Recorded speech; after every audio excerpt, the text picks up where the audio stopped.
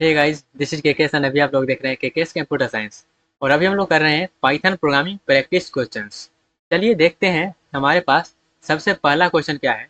तो क्वेश्चन क्या कह रहा है, write a program to demonstrate different number data types in Python. तो पाइथन में जितना भी डाटा टाइप्स होता है, जितना भी डिफरेंट डिफरेंट डाटा टाइप्स होता है, उसके ऊपर क्या करना है, एग्जाम्पल में एक प्रोग्राम लिखना है और उसको डेमोन्स्ट्रेट करना है। ओके, तो चलिए इसका सबसे पहले हम कंसेप्ट समझते हैं। तो कंसेप्ट यहाँ पे कुछ इस प्रकार से होने वाला है। ये कितना नंबर ऑफ डाटा टाइप से पहले वो समझ लेते हैं।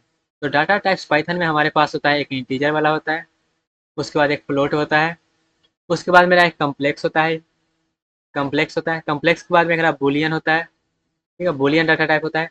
ये तो मेरा नॉर्मल डाटा टाइप होगा। थोड़ा सा कम्प्लेक्स डाटा टाइप में जैसे कि हम जाएँ तो मेरा होता है लिस्ट होता है, उसके बाद टपल होता है, टपल के बाद मेरा एक डिक्शनरी होता है, डिक्शनरी के बाद मेरा जो होता है सेट होता है। ओके, तो ये डिफरेंट डिफरेंट डाटा टाइप होता है और एक मेरा स्ट्रिंग भी होता है। ठीक है, तो ये सब मेरा डिफरेंट डिफरेंट डाटा टाइप है। तो इसी के ऊपर हम क्या करेंगे, एग्जाम्पल लिखेंगे। क्या करना है, सिंपल सा डेमोन्स्ट्रेट करना है डिफरेंट डिफरेंट डाटा टाइप को। ओके, तो चलिए इसका हम क्या करेंगे, सिंपल सा प्रिंट करेंगे। एक हम एग्जाम्पल लेंगे, एक वेरिएबल लेंगे। उस वेरिएबल में जैसे मान लेते हैं इंटीजर में हम एक वेरिएबल ले लिए और उसमें हम स्टोर कर देंगे कोई भी इंटीजर वैल्यू। उसके बाद हम एक फ्लोटिंग लेंगे, उसमें एक डिफरेंट वैल्यू स्टोर कर लेंगे। स्टोर करने के बाद उसका हम टाइप प्रिंट करेंगे और टाइप प्रिंट करने के बाद उसका हम जो रिजल्ट होगा वो बता देंगे। तो इस तरीके से हम क्या करने वाले हैं, सभी का वन बाय वन करने वाले हैं और इसी एग्जाम्पल को हम डेमोन्स्ट्रेट करने वाले हैं। तो चलिए चलते हैं अपने कोड एडिटर पे और वहीं पे समझते हैं इसका क्या फंडा है।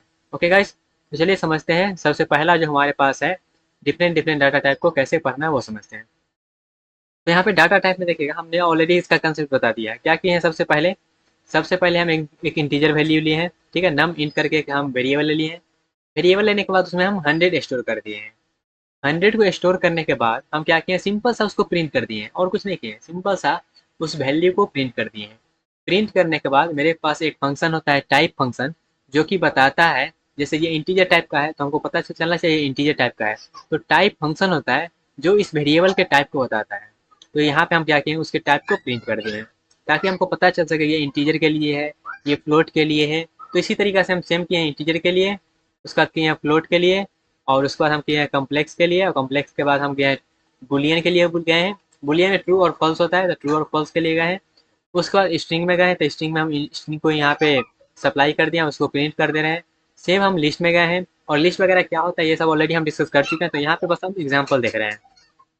हम लिस्ट में गए हैं, फिर टपल में गए हैं, फिर यहाँ पे हम गए हैं डिक्शनरी में। डिक्शनरी में जाने का ये जो है थोड़ा सा यहाँ पे इस प्रकार से कर देते हैं।